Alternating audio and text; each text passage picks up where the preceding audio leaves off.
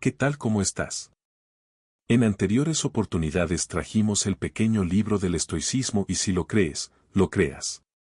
Nuevamente traemos a este formato un pedazo de manual, guía, reglas, inspiración, instrucciones, no sé bien cómo llamarlo. En resumen, meditaciones de Marco Aurelio, en este caso, la introducción de este mismo. Es uno de los libros más solicitados una vez que uno se mete en esto del desarrollo personal. Marco Aurelio marcó muchas vidas y dejó cantidad de herramientas para inspirarse a mejorar, conseguir claridad mental, formar una mentalidad estoica, aprender a lidiar con el estrés, entre otras cosas. Sin más palabrerío, comencemos. Gracias de corazón a todos los que se están suscribiendo, comentando, dando like. Me dan a entender que la serie les viene gustando. Esto quedará para la historia, las primeras personas, las primeras views, pasar los 1000 subs, los 100,000, el millón, ni me quiero imaginar todo lo que tendremos que atravesar hasta llegar a ese momento. Disfrutemos el momento presente que en sí, es lo único que tenemos. Nada, muchas gracias a todos de corazón. Prosigamos entonces. Marco Aurelio nació en Roma el 26 de abril del año 121. Murió en Vindobona, Viena, el 17 de marzo del 180. Entre esas dos fechas, interdistantes casi 60 años, y esos dos escenarios geográficos, una acomodada mansión patricia en la metrópolis imperial y, al otro lado, un campamento militar en la turbulenta frontera danubiana, está enmarcada la vida de este extraño personaje, filósofo y emperador. Estuvo al frente del Imperio Romano 20 años y fue un gran gobernante, el último emperador de lo que historiadores próximos consideraron como la Edad de Oro del Imperio. Sus apuntes personales, las meditaciones, están escritos a lo largo de sus últimos años de vida. Estas notas filosóficas adquieren su dimensión dramática definitiva referidas a su trasfondo biográfico. La coherencia entre su conducta y sus reflexiones confirma la magnanimidad personal de Marco Aurelio, que fue, según Herodiano, 2:4, el único de los emperadores que dio fe de su filosofía no con palabras ni con afirmaciones teóricas de sus creencias, sino con su carácter digno y su virtuosa conducta. El papel histórico del rey filósofo o, más sencillamente, del filósofo con actuación política, es arriesgado por la tensión perenne entre las urgencias de la praxis concreta y la abstracta ética filosófica. En el mundo romano podemos encontrar dos figuras políticas interesantes desde esta perspectiva, la del estoico Séneca, ambiguo y retórico, y la de este estoico emperador, cuyo rasgo distintivo es, como Apuech afirmaba, la sinceridad. Todo eso justifica que, según el uso tradicional, anotemos los datos más notables de su biografía, precediendo al estudio de sus escritos. Las meditaciones comienzan con una evocación escueta de 4 figuras familiares, la de su abuelo paterno, su padre, su madre y su bisabuelo materno. Son las personas que influyeron en la niñez y adolescencia del futuro emperador y las primeras con quien él quiere cumplir una deuda de gratitud al recordarlas. La más lejana de ellas es la de su padre, que murió cuando él tenía unos 10 años. Por eso alude a la fama y la memoria dejadas por mi progenitor. Y menciona de él el sentido de la discreción y la hombría, y 2. Su abuelo, Annio Vero, que segaramente trató de suplir con sus atenciones tal ausencia, era un personaje importante en la política de la época. Fue prefecto de Roma, del 121 al 126 y cónsul en 3 ocasiones. De él destaca Marco Aurelio, el buen carácter y la serenidad, rasgos amables en un político y en un abuelo. Marco Aurelio traza, y 3, un emotivo recuerdo de su madre, piadosa, generosa y sencilla en sus hábitos cotidianos, una gran señora romana, dedicada en su viudedad a la educación de sus hijos. Aunque nos dice de ella que murió joven, y 17, Domicia Lucila debía de tener unos 50 años cuando murió, entre los años 151 y 161. En la correspondencia de Frontón, este alude varias veces a la madre de Marco Aurelio como dama de gran cultura, en su casa palaciega en el Monte Celio. Allí recibió como huésped al famoso orador y benefactor de Atenas, Herodes Ático, en una de sus visitas a Roma, en el 143. Su bisabuelo materno, L. Catilio Severo, ocupó también altos puestos en la administración, gobernador de Siria, procónsul de Asia, 2 veces cónsul y luego prefecto de Roma, cargo del que le depuso Adriano en el 138, tal vez para que no hiciera sombra a Antonino, designado como próximo emperador.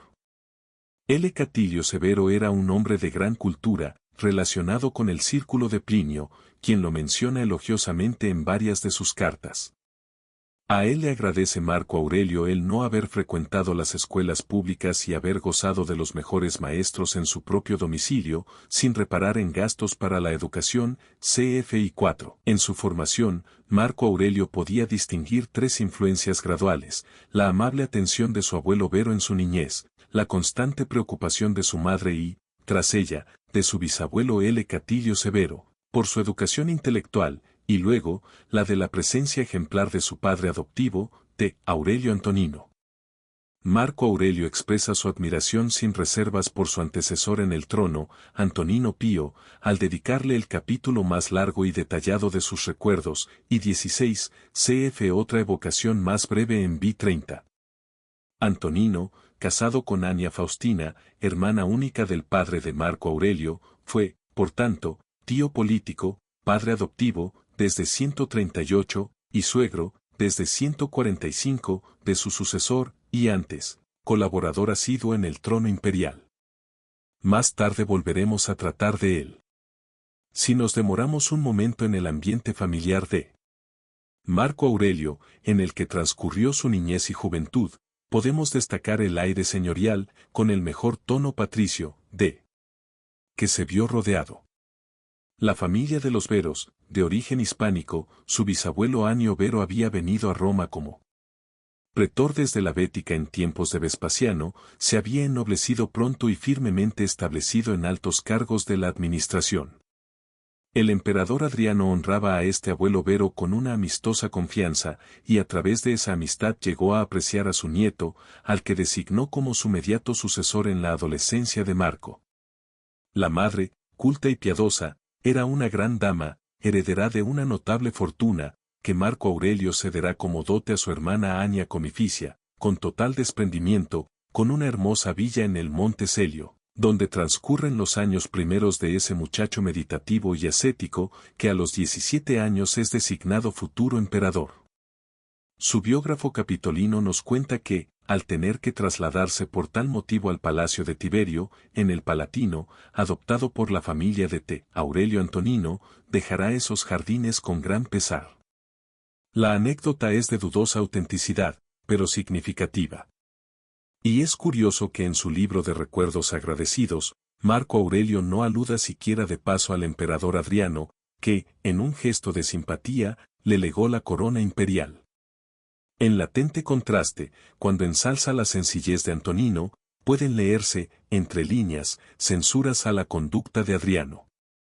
La muerte temprana de su padre es probable que impresionara a este muchacho sensible y reflexivo. Es la primera en la numerosa serie de muertes familiares que Marco Aurelio ha de vivir, en el sentido de que solo se viven las muertes de los demás. Será una experiencia muy repetida luego: su padre, su abuelo, Adriano, Antonino, su madre, su genano adoptivo L. Vero, su esposa, más de la mitad de sus hijos, irán muriéndose cerca de él a lo largo de los años. Esta vivencia de las muertes familiares, más que las muertes broncas y amontonadas de las guerras y la peste, puede haber influido en el sentir de Marco Aurelio hondamente. En las meditaciones, la idea de la muerte reaparece constantemente, y el emperador, que parece sentir la suya acercarse, está siempre en guardia contra su asalto sorprendente e inevitable. Con cierto tono melancólico, Marco Aurelio menciona asociada a ella no la gloria ni la inmortalidad, sino el olvido. La educación juvenil de Marco Aurelio fue muy esmerada, con los mejores maestros particulares. Sus nombres y sus mejores cualidades están rememorados, a continuación de los de sus familiares y antes de la evocación de Antonino, es decir, de I5 a I15. Su preceptor, Diogneto, Rústico, Apolonio, Sexto, Alejandro el Gramático, Frontón, Alejandro el Platónico, Catulo, Severo, Máximo, desfilan por los apuntes del antiguo discípulo agradecido. Junto a las lecciones de gramática, retórica y filosofía, aprecia en ellos otras, más duraderas, de carácter o de moral, y sus trazos rápidos recuerdan, sobre todo, esas enseñanzas de bondad o de firmeza ética.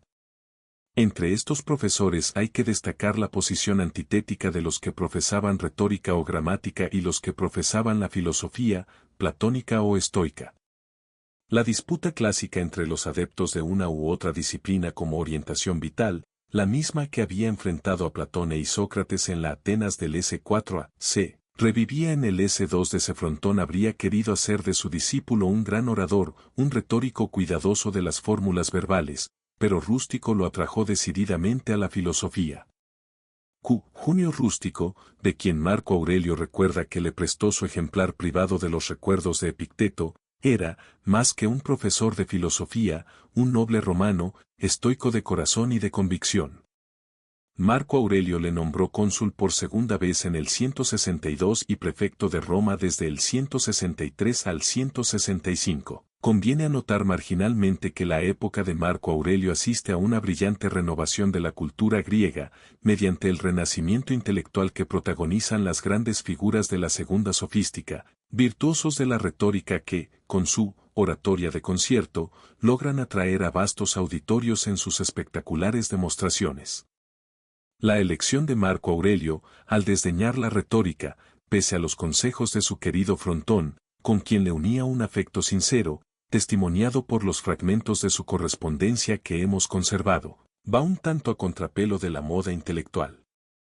Sin duda, a tal elección le predisponía su carácter austero y sencillo. La bien conocida anécdota de que Adriano, jugando con el cognomen familiar de Venís, le llamaba Vericimus, para acentuar la sinceridad característica del Marco adolescente, apunta a este mismo rasgo. Como ya dijimos, ningún otro es evocado en las meditaciones con tanta extensión ni con un afecto tan entero como Aurelio Antonino, tío político, padre adoptivo, suegro y compañero ejemplar en las tareas de gobierno durante muchos años.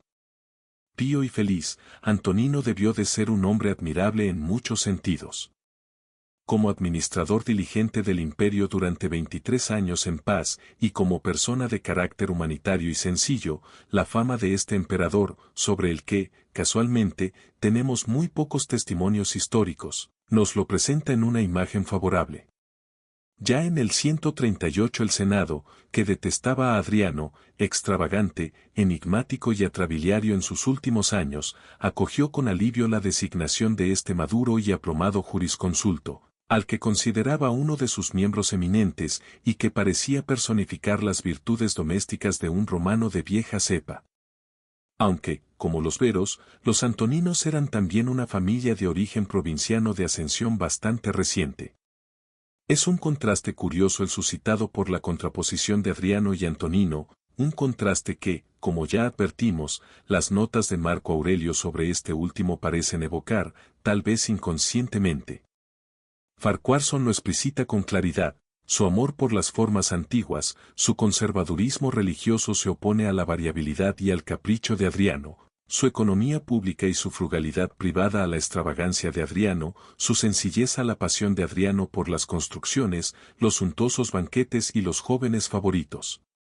Adriano era, además, envidioso e intolerante hacia sus rivales, aun con gente de gran talento como el arquitecto Apolodoro, y la fantástica extravagancia de su famosa villa en Tívoli puede habérsele ocurrido a Marco Aurelio en extraño contraste con las anticuadas residencias campestres de Antonino Pío. Cuando leemos acerca del sencillo y práctico caballero campesino, nos acordamos del hombre genial desazonado, irritable a menudo, especialmente al final de su vida, infeliz y enfermo Adriano.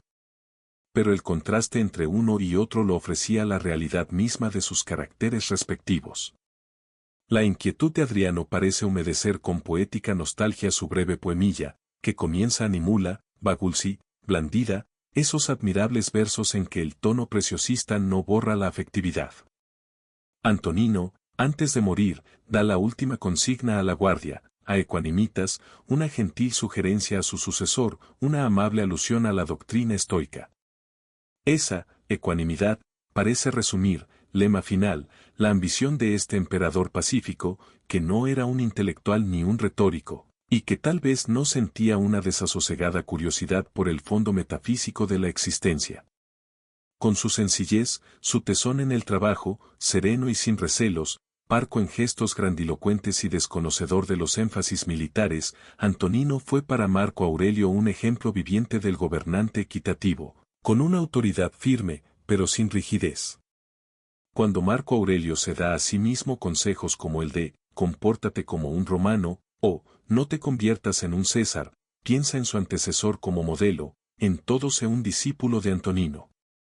Una anécdota, referida por el biógrafo de Marco Aurelio en la Historia Augusta, cuenta que, al morir el preceptor de Marco, evocado en I5, el joven se echó a llorar y ciertos cortesanos lo censuraban, cuando Antonino les replicó, dejadle ser humano, que ni la filosofía ni el trono son fronteras para el afecto.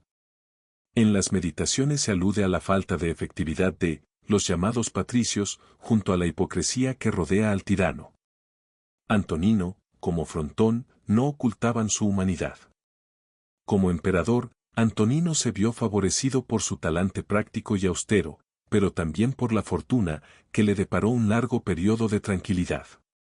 Consecuencia, en gran parte, de las campañas victoriosas de Trajano y la administración provincial diligente de Adriano. Su carácter piadoso, es decir, atento a las ceremonias religiosas, no se vio enfrentado a trances apurados o catastróficos.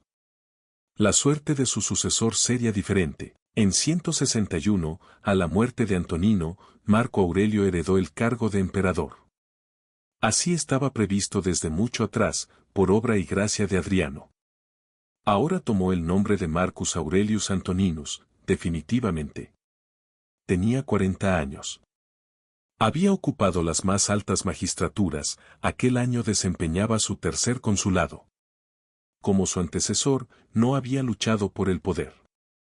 Pero había tenido tiempo para acostumbrarse a la vocación de emperador, si no le ilusionaba al principio. Aquel año, su esposa Faustina dio a luz una hermosa pareja de gemelos, uno de los cuales moriría a los pocos años. El otro, el único varón superviviente de su descendencia, sería el sucesor de Marco Aurelio, Cómodo, una calamidad para el futuro del imperio. El primer acto importante del emperador fue asociar, como colega en el trono, con sus mismos títulos, a Lucio Aurelio Vero. Este coemperador, unos 10 años más joven que él, era hijo de Seionio Cómodo, el malogrado César que Adriano designara en el 138 como candidato al trono. Luego, Antonino había adoptado al joven Lucio, junto con Marco Aurelio. Con su generoso gesto, Marco Aurelio entronizaba a su genano adoptivo, eliminando un posible pretendiente rival al trono. La manera más habitual de tales eliminaciones era otra más drástica, que no iba bien con el carácter de Marco Aurelio. Los historiadores han discutido la oportunidad de ese nombramiento, dictado por la política y tal vez por el afecto.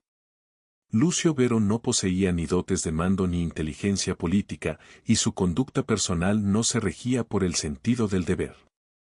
Era un hombre frívolo, amante de los placeres y los lujos, un libertino un tanto irresponsable. Cuando fue delegado por su hermano contra los partos, permitió que sus generales le obtuvieran las victorias, mientras él gozaba de la refinada vida de Antioquía junto a su bellísima amante Pantea de Esmima, elogiada por Luciano. Marco Aurelio le envió como esposa a su hija Lucila, de 15 años. Lucila no logró corregir a Lucio Vero, antes fue ella la influenciada por el ambiente festivo y licencioso. Vero regresará con la victoria a Roma en el 105. Sus tropas traerán consigo, además, la peste. Más tarde, Marco Aurelio lo llevará consigo a la guerra contra los marcomanos. Al regreso de la expedición, Vero muere de un ataque de apoplejía, 169. El emperador ordenó unos magníficos funerales en su honor. Como en otras ocasiones, la calumnia sugirió que había sido envenenado por sus familiares. Y es probable que esta muerte también le afectara de verdad. Podemos imaginar a Vero como dotado de una jovialidad y una alegría de vivir que contrastaban con la seriedad de Marco Aurelio. Este lo recuerda con palabras de sentido afecto, alude a Pantea llorando sobre su tumba. El largo reinado de Marco Aurelio estuvo lleno de tribulaciones desde sus comienzos. Primero fue la guerra en Oriente, los temibles partos invadieron Armenia. En respuesta, hubo que organizar una campaña guerrera de largas y costosas operaciones, dirigida nominalmente por el Evero, y, de hecho, por sus generales y legados, entre los que destacó Avidio Casio. Al fin, en el 166, quedó asegurada la victoria de Roma. Pero las tropas que regresaron a Italia trajeron consigo una devastadora epidemia de peste que diezmó la población de la península. Luego, los bárbaros del limes danubiano, inquietos ya desde años atrás, invadieron la Retia, la Nórica y la Panonia, y llegaron amenazadores a las puertas mismas de Aquilea, 166. Los dos emperadores levan un ejército y parten hacia el norte. La situación económica es crítica, y Marco Aurelio se ve obligado a condonar impuestos y a vender todos los objetos de lujo de su propiedad, los tesoros del Palacio Imperial, en pública subasta, para hacer frente a los gastos de la campaña. Una interesante anécdota, referida por Dion Casio, LXXI 3, nos informa de la conciencia y el valor de Marco Aurelio en situaciones críticas. Cuando sus soldados, tras la dura victoria sobre los marcomanos, en el 168, le reclaman un aumento de sus haberes, se lo negó con estas palabras: todo lo que recibáis sobre vuestras soldadas regulares a costa de la sangre de vuestros padres y vuestros parientes. En cuanto al poder imperial, solo Dios puede decidir. La última frase alude a los peligros de una negativa como la que expresaba ante el ejército. Al regresar a Roma, en el 169, muere repentinamente el Evero. De nuevo los bárbaros del NE invaden las fronteras, y Marco Aurelio debe emprender una guerra a fondo contra esas tribus belicosas. Contra los marcomanos, los cuados, los sármatas y los yáciges, combates interminables en dos largos periodos, de 169 a 175 y de 177 a 180, ocupan a Marco Aurelio, de natural sedentario y pacífico, convertido por las urgencias del mando en un emperador viajero y militar. Entre largos meses en el Danubio y cortas visitas a Roma, a su familia, Marco Aurelio envejece. De salud enfermiza, toma pequeñas dosis de opio para calmar sus dolores más fuertes, avanza al frente de sus ejércitos por esas comarcas boscosas y frías, entre el légamo amarillento y la neblina gris, costeando el largo río, contra las hordas de unos enemigos que parecen multiplicarse y desaparecer como en una pesadilla. De nuevo los bárbaros del NE invaden las fronteras, y Marco Aurelio debe emprender una guerra a fondo contra esas tribus belicosas. Contra los marcomanos, los cuados, los sármatas y los yáciges, combates interminables en dos largos periodos, de 169 a 175 y de 177 a 180, ocupan a Marco Aurelio, de natural sedentario y pacífico, convertido por las urgencias del mando en un emperador viajero y militar. Entre largos meses en el Danubio y cortas visitas a Roma, a su familia, Marco Aurelio envejece. De salud enfermiza, toma pequeñas dosis de opio para calmar sus dolores más fuertes, avanza al frente de sus ejércitos por esas comarcas boscosas y frías, entre el légamo amarillento y la neblina gris, costeando el largo río, contra las hordas de unos enemigos que parecen multiplicarse y desaparecer como en una pesadilla. La muerte de Faustina causó a su esposo una pena difícil de medir. Era la hija de Antonino, una compañera desde la adolescencia y la madre de 13 hijos, de los que solo Cómodo y 4 hijas le sobrevivían. Marco Aurelio le dedicó un templo, celebró su funeral solemne concediéndole los títulos de diva y pía, y fundó un colegio de huérfanas, las Puellae Faustinianae, dedicado a su memoria. En sus meditaciones, y 17, da gracias a los dioses por haberle dado una esposa tan obediente, tan amorosa, tan sencilla. Sin embargo, Faustina ha dejado fama, a través de cronistas chismosos como Casio y Capítono, de emperatriz intrigante y casquivana, que había engañado a su esposo con la compañía de algunos apuestos soldados o gladiadores. Es difícil saber el fundamento de estos rumores cortesanos. Los biógrafos modernos tienden a rechazarlos como meras calumnias de un ambiente propenso a la murmuración. Ni Renan, ni Farquharson, ni W. Werlis, ni a Birley, les conceden crédito. Por otra parte, la generosidad de Marco Aurelio, que solo recuerda los beneficios al citar a las personas, podría haber perdonado faltas menores. El papel de mujer de un filósofo es ingrato. Le debió de ser difícil a la joven Faustina, desposada cuando era una muchacha de famosa belleza, compartir las preocupaciones de su austero esposo, comprender sus inquietudes filosóficas y convivir con él en el marco cortesano tan corrompido de la Roma del siglo II. En septiembre del mismo año 176, Marco Aurelio visita Atenas, donde funda 4 cátedras de filosofía, una para cada una de las grandes escuelas, la platónica, la aristotélica, la epicúrea y la estoica, y se inicia en los misterios de Eleusis. A su regreso, Marco Aurelio obtuvo una acogida triunfal en Roma. Al año siguiente, 177, elevó a Cómodo al puesto de emperador adjunto, que había ocupado el Evero. 2 sucesos importantes de la misma época fueron la reapertura de hostilidades en el Limes y la matanza de cristianos en Lyon. La represión del cristianismo, conducida con rigor feroz en algunas provincias, es un hecho sorprendente de la política de este emperador filósofo y humanitario. Tanto más. Al parangonarla con su indulgencia para con otros cultos, por ejemplo, con las prácticas de Alejandro de Abonutico. Muchos son los que han considerado extraña esta intransigencia oficial contra una secta ilegal, pero tolerada por los emperadores anteriores, desde la época de Nerva. Marco Aurelio había recibido algunas apologías del cristianismo, como las de Atenágoras y Justino, condenado a muerte en Roma en el 165, cuando Rústico, el estoico, era prefecto de la ciudad. No sabemos si las leyó. La única referencia a los cristianos en sus apuntes, en 11.3, atetizada por Hans, pero defendida como cita auténtica por Farquharson, 2, página 859, habla de su desprecio de la muerte por mera obstinación.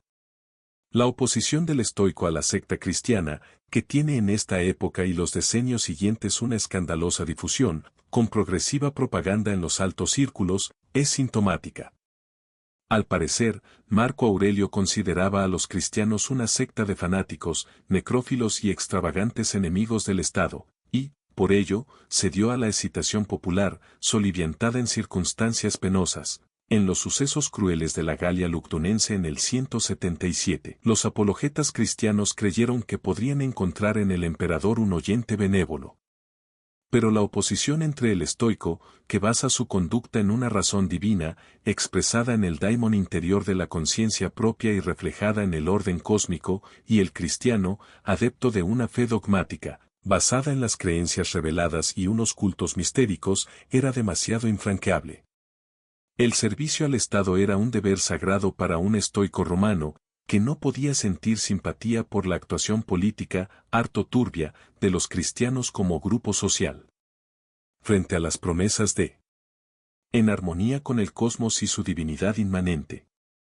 En el caso personal de Marco Aurelio el enfrentamiento es un tanto más patético, porque sentimentalmente su humanitarismo le aproximaba al sentir cristiano. En Marco Aurelio se encuentra igualmente el concepto, ausente del antiguo estoicismo, de la piedad, de la caridad incluso con los que le ofenden, Reardon. Lo propio del hombre es amar incluso a quienes nos dañan, escribe Marco Aurelio, 7:22 y 26. Y esta generosidad en el perdón no era solo teórica, la practicó una y otra vez, silenciando los nombres de sus enemigos, olvidando las rencillas y las traiciones. Esa bondad natural, cercana al concepto cristiano de la caridad hacia el prójimo, era innegable. Aún más, a su filantropía Marco Aurelio unía un ascetismo y un desprecio de las vanidades mundanas que encuentran ecos en el cristianismo, un cierto contemptus mundi, como ya Renan subrayó en su obra. Marco Aurelio tenía la fe y tenía la caridad, lo que le faltaba era la esperanza, escribió Ubilamovit sagazmente. Una frase que conviene matizar, la fe del estoico es racionalista, y su caridad, gratuita. Pero, desde luego, la falta de esperanza es un rasgo definitivo en la contraposición. Por un lado esa resignación desesperada es característica de la época última del estoicismo, y puede responder a ciertos motivos ideológicos bien detectados por G. Puente en su libro sobre el tema.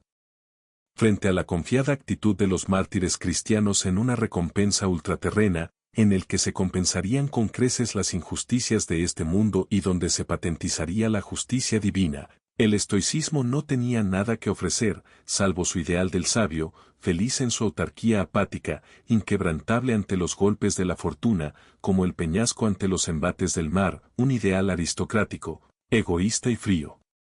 En el conflicto entre el estoicismo racionalista y las nuevas religiones mistéricas, con sus evangélicas promesas, con sus dioses compasivos, aquel tenía perdida la partida.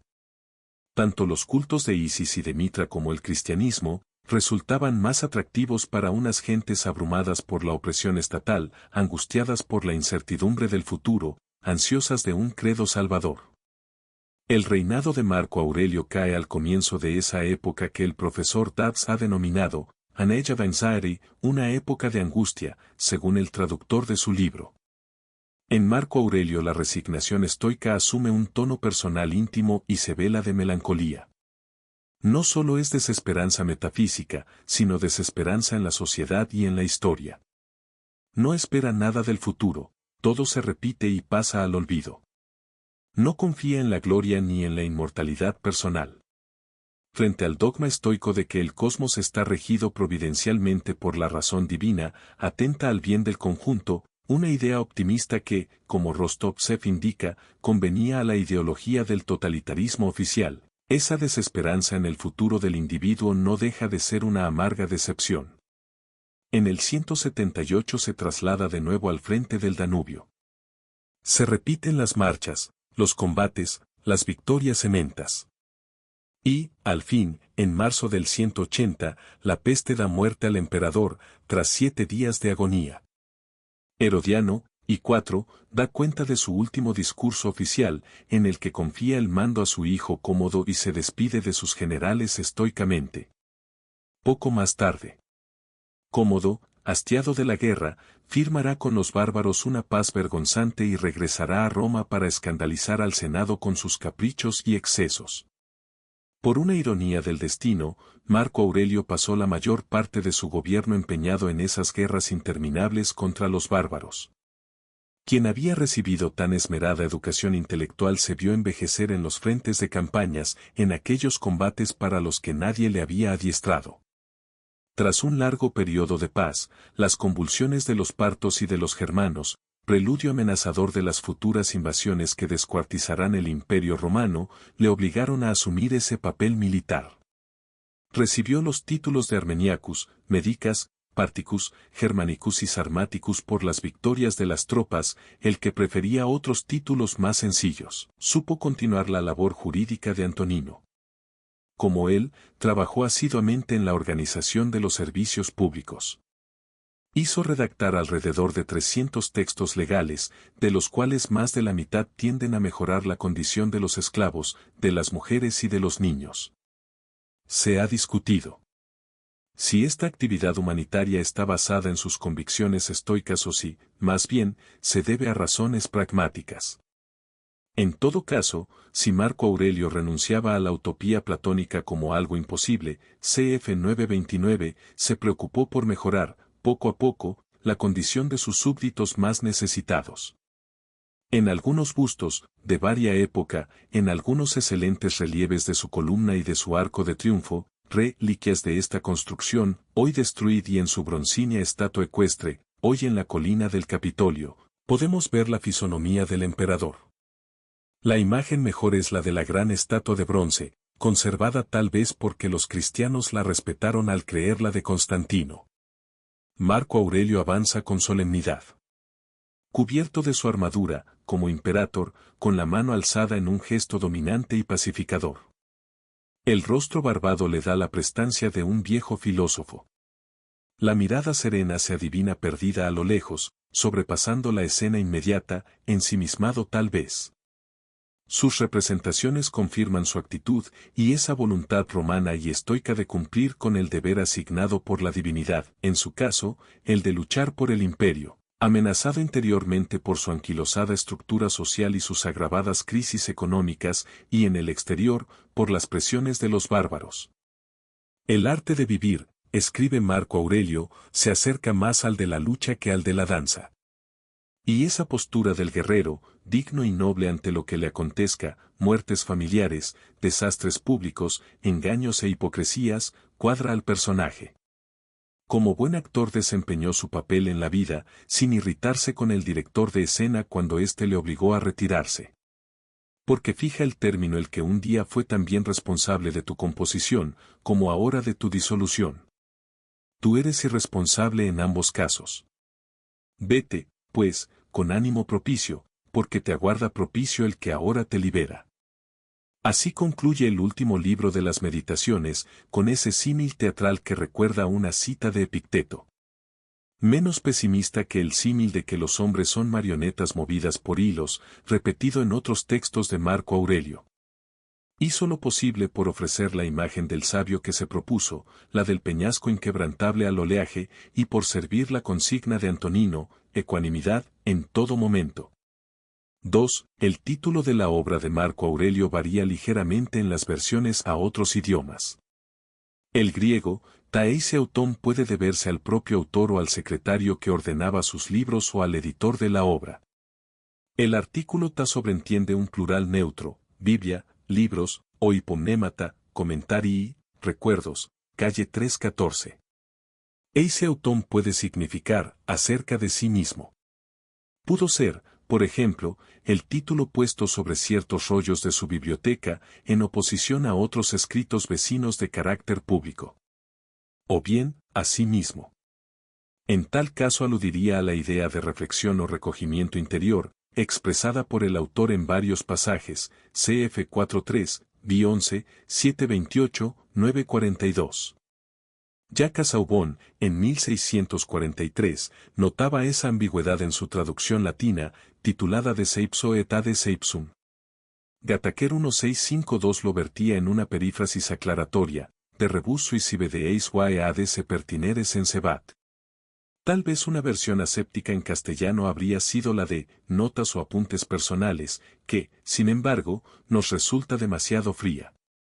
La más tradicional es la de Soliloquios, consagrada por la traducción de F. Díaz de Miranda 1785 y recogida por otros, P.E. por M. Dolk en 1945, que nos parece hoy de sabor un tanto arcaizante.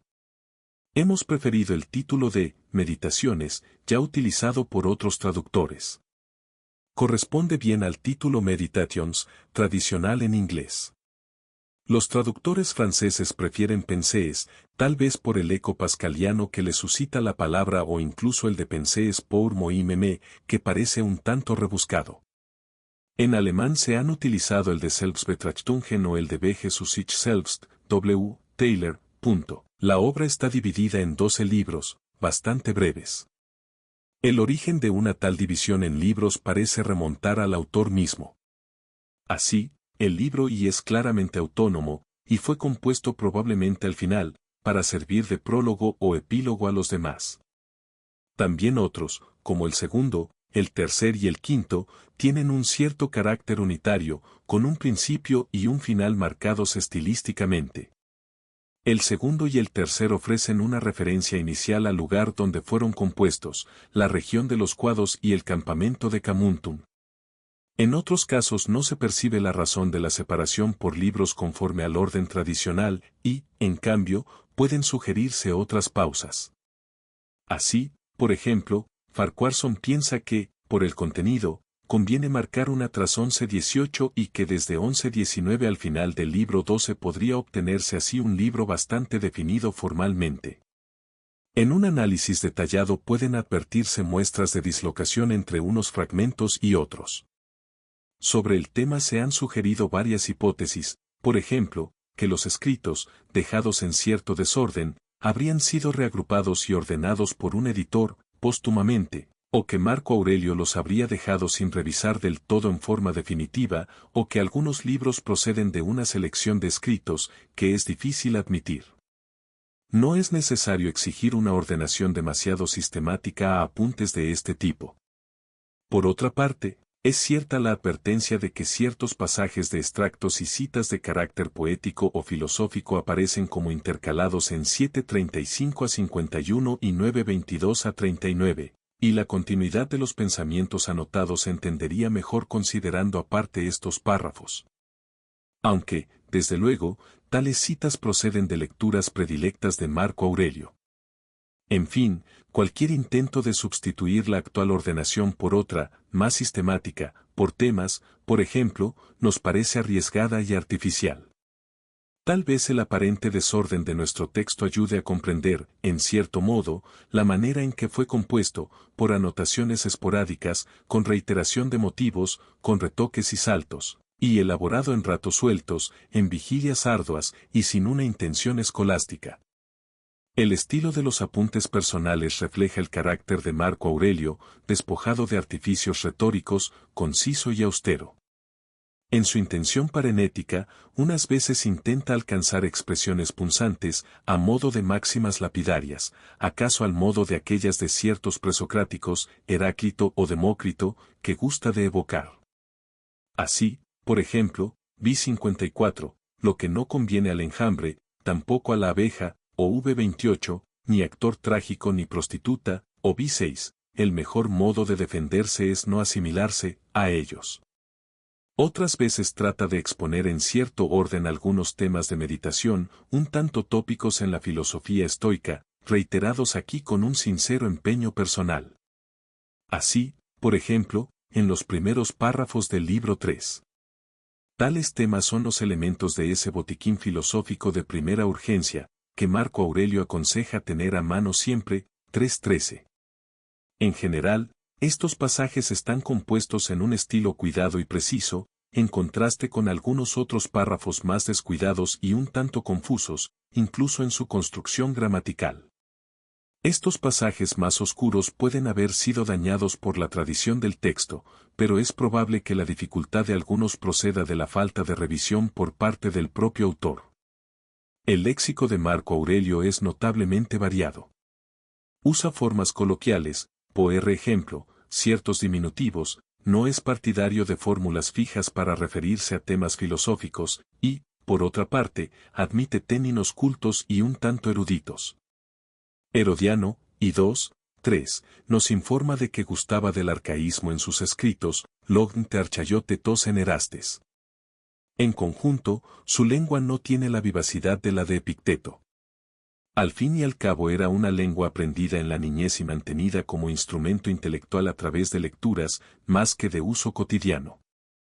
La versión de ciertos giros y expresiones resulta difícil, porque, al traducirlos, hay que parafrasearlos, eliminando así la concisa precisión de la frase griega, o la referencia a la terminología estoica. El tono de los apuntes filosóficos es severo y un tanto adusto, acorde con los temas tratados, con esas consignas de resignación ante los reveses del azar y las injusticias humanas, y la meditación frecuente de la muerte irremediable. Sobre ese trasfondo gris destacan los símiles, de una plástica vivacidad.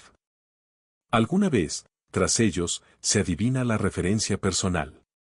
Tal es el caso cuando, en X10, compara al vencedor de los sármatas a la araña que captura moscas.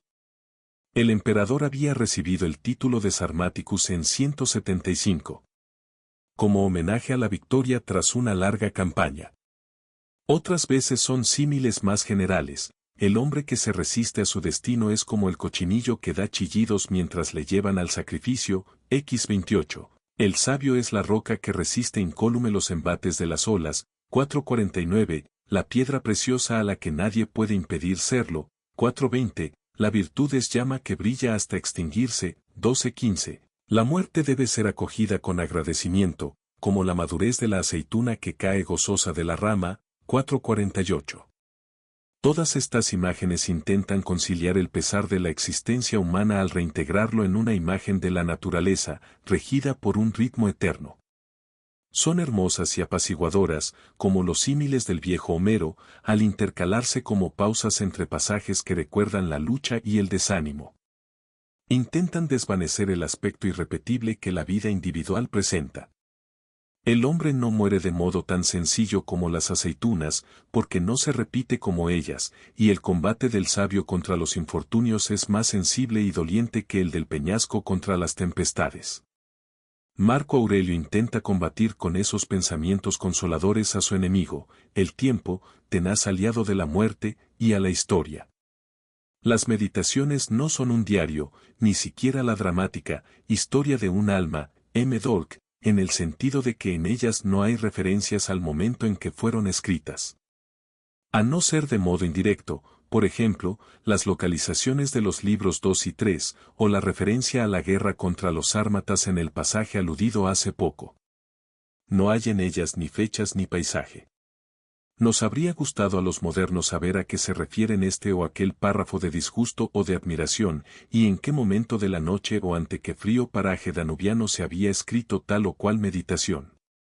Pero, en su desprecio por lo coral y mundano, Marco Aurelio solo anota lo esencial, el razonamiento desnudo de lo accesorio y la incitación moral.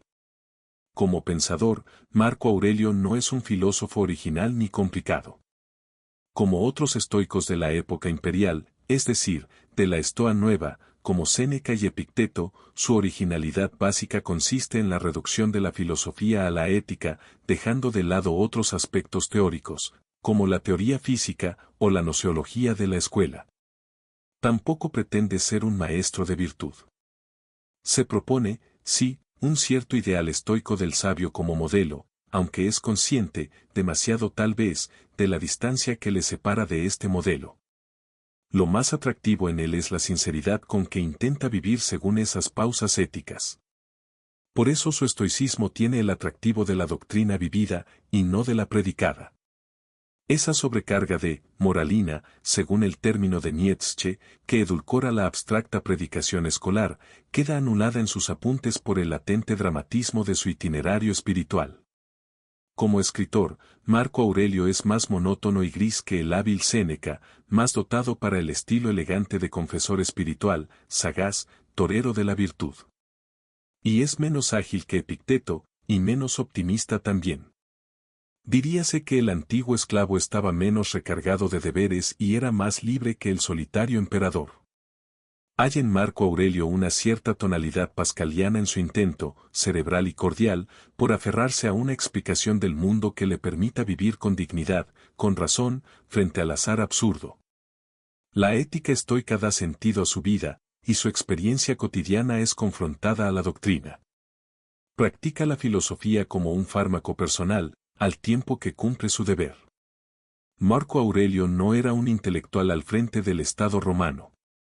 Precisamente porque no lo era, desconfiaba de las fórmulas abstractas y no tenía un programa de reformas ideales, ni creía en las utopías. Ya Renan señaló bien que no era un filósofo dogmático. En efecto, tiende a simplificar la teoría, reduciéndola a los dogmas fundamentales.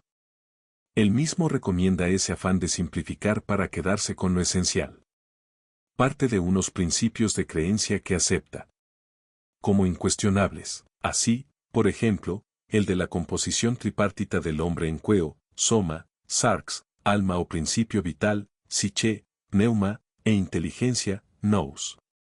De esas tres partes, la última es la específicamente humana, y se identifica con el elemento divino interior, el daimon, que habita en nosotros y el principio director o guía de nuestra vida, el hegemonicon.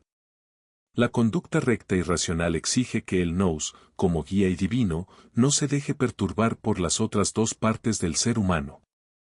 Es el modo más sencillo de superar las pasiones, y el dolor y el placer. Otro segundo principio es el de saber qué cosas dependen de nosotros y qué cosas no, y cifrar la felicidad en las primeras. El papel mediador de la conciencia en cuanto único criterio de valor permite diferenciar entre bienes y males, que son aquellos que afectan al yo interior, y toda una larga serie de sucesos y cosas exteriores, calificadas como indiferentes. Marco Aurelio no llega a mantener el rigorismo originario sobre las cosas indiferentes, pero reitera tales consejos ascéticos, muy bien explicitados por Epicteto. Un tercer dogma es el de la sumisión del individuo al conjunto, de la adaptación al cosmos, regido inmanentemente por un designio divino y racional.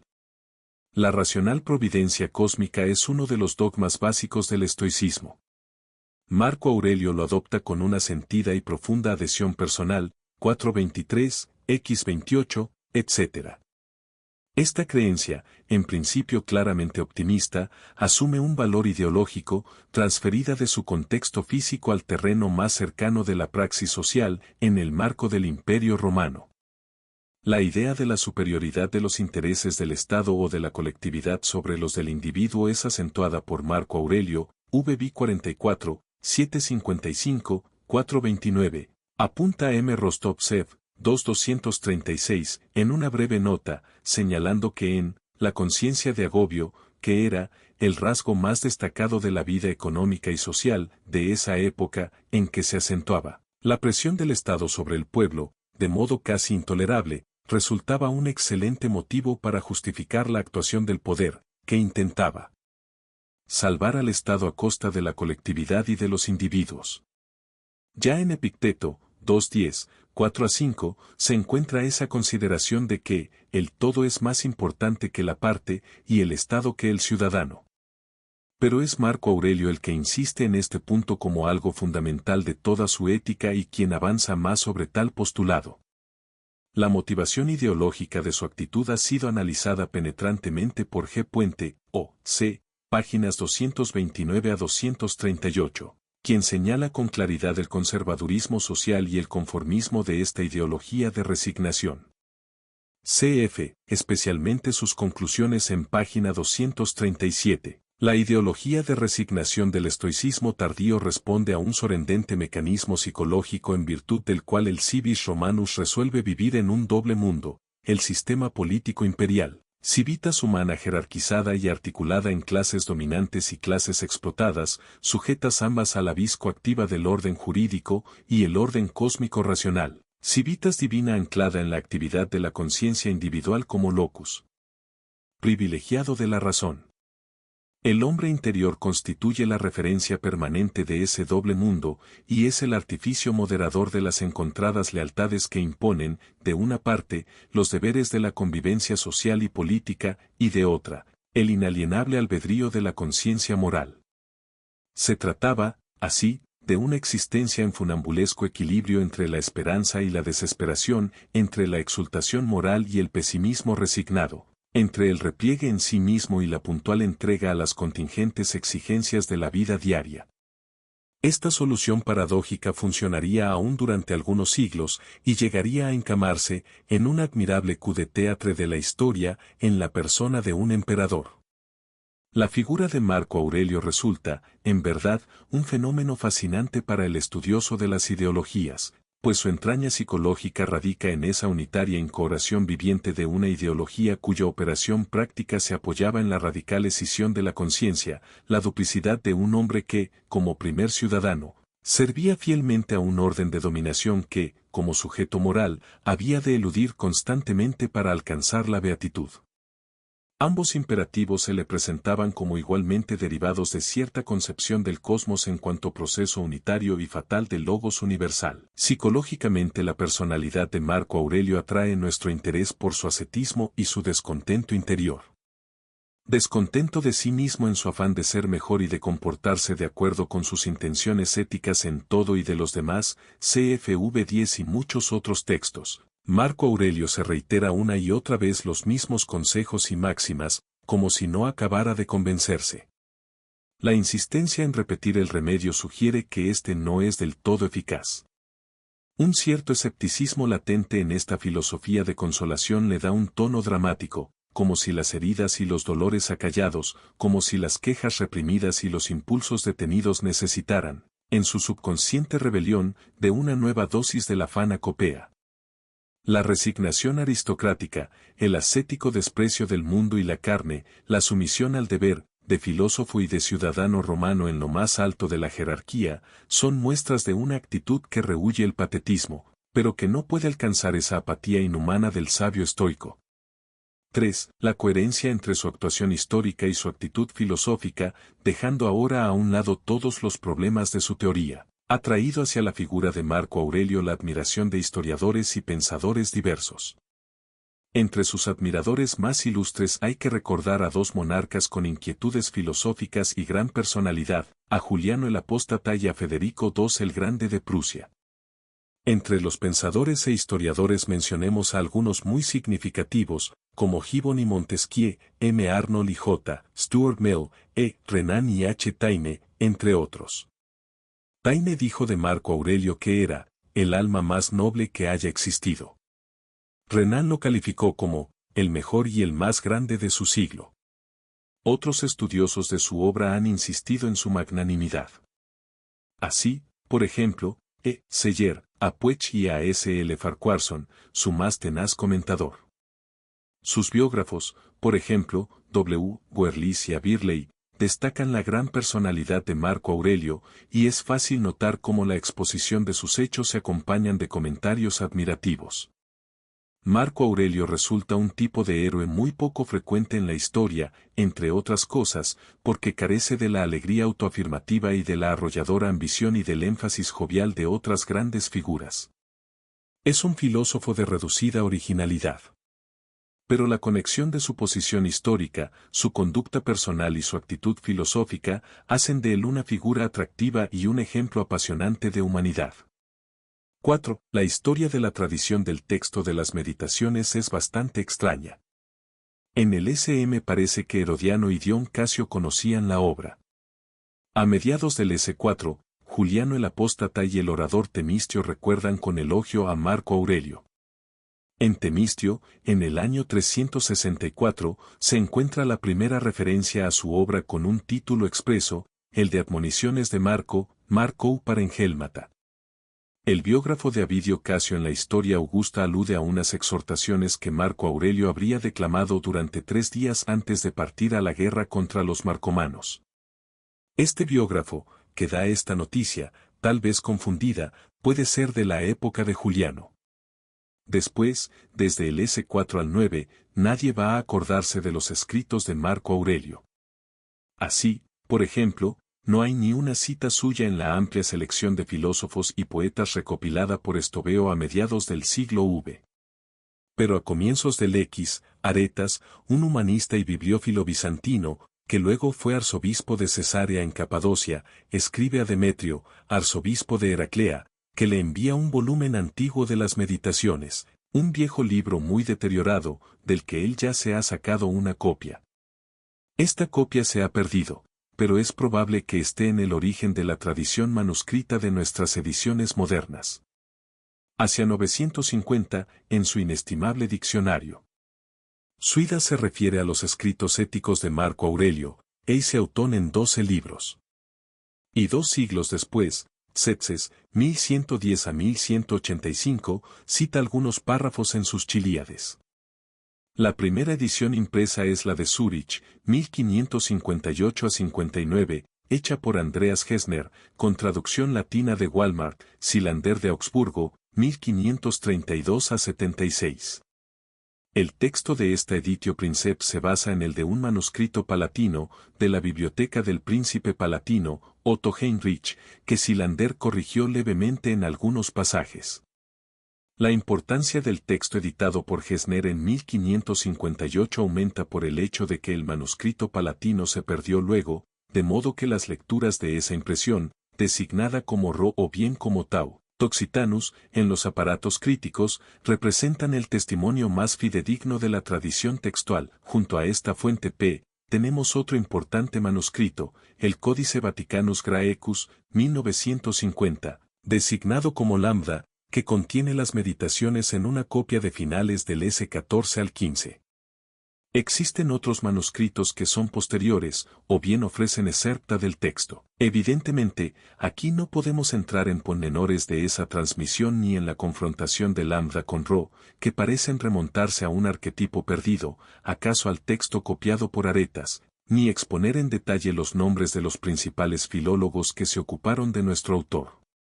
Remitimos para ello a las introducciones de Tran Noyo de Farquharson.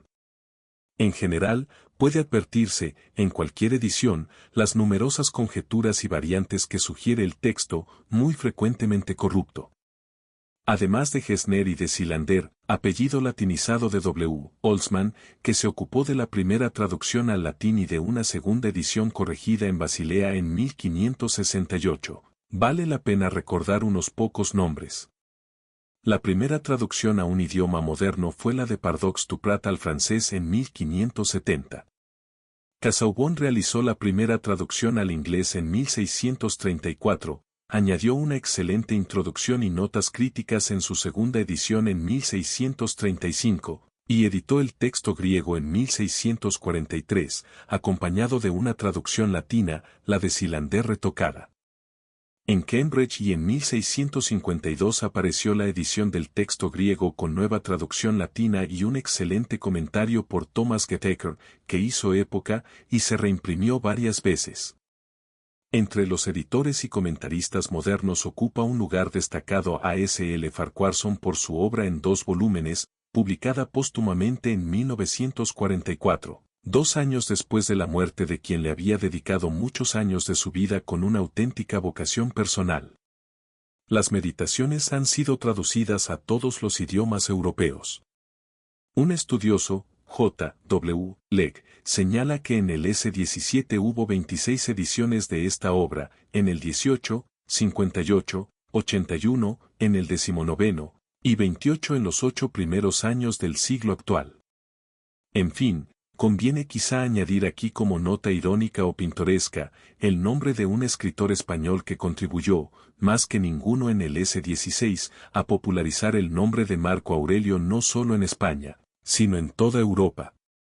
Me refiero a Fray Antonio de Guevara, cuyo libro áureo de Marco Aurelio apareció impreso por primera vez en Sevilla en 1528.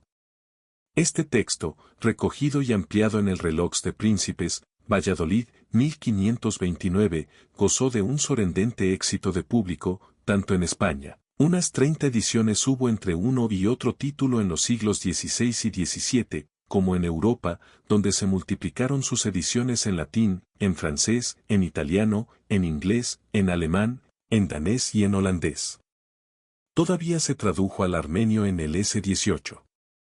Esta obra, que según Menéndez y Pelayo fue tan leída como el Amadís de Gaula y la Celestina, alcanzando un total de 58 ediciones en Europa entre el 16 y el 17 en tan varias lenguas, difundió una curiosa imagen del emperador filósofo desde 30 años antes de la aparición de la Editio Princeps de Marco Aurelio. Esta extravagante novela, que algún docto contemporáneo denunció pronto como superchería histórica, surgió de la facundia y la imaginación de este falaz humanista hispánico, a partir de unos mínimos textos antiguos, con una fabulosa desfachatez. Así que, cuando Jacinto Díaz de Miranda, en el prólogo a su traducción en 1785, criticaba que, frente a las ediciones múltiples en otros países europeos, España es la única que ha escaseado a este emperador un obsequio tan corto y trivial, como el de traducirlo y publicarlo, añadía en nota, antes, para colmo de desatención, el obispo de Mondoñedo, Guevara, le prohijó atrevidamente en su Reloj de Príncipes desconcertado, contribuyendo la celebridad de Marco Aurelio a que corriese con él. Aplauso que por sí no merecía, y se imprimiese en los más de los países, traduciéndolo en latín, francés, italiano y alemán. Y hasta acá el video del día de hoy. Dan like si les gusta este nuevo manual de desarrollo personal, comenten qué otro libro quieren que sea el próximo. Recuerden siempre que todos, tarde o temprano, nos vamos a morir. Te pregunto, ¿hoy te acercaste o alejaste de tu yo ideal? No hay otras opciones. Si no hiciste nada, eso también es una elección. Recuerda que la gente que tiene éxito es quien terminó acumulando mayor cantidad de batallas ganadas en silencio. Las medallas se ganan en los entrenamientos. En la exhibición, solo vas a recoger la silla topuria. Espero que hayas puesto un granito de arena para tu sueño el día de hoy. Gracias nuevamente por consumir mi canal. Recuerda ser humilde, leal, respetuoso, y siempre brinda una mano si así lo puedes hacer. Gracias de corazón, nos vemos la próxima.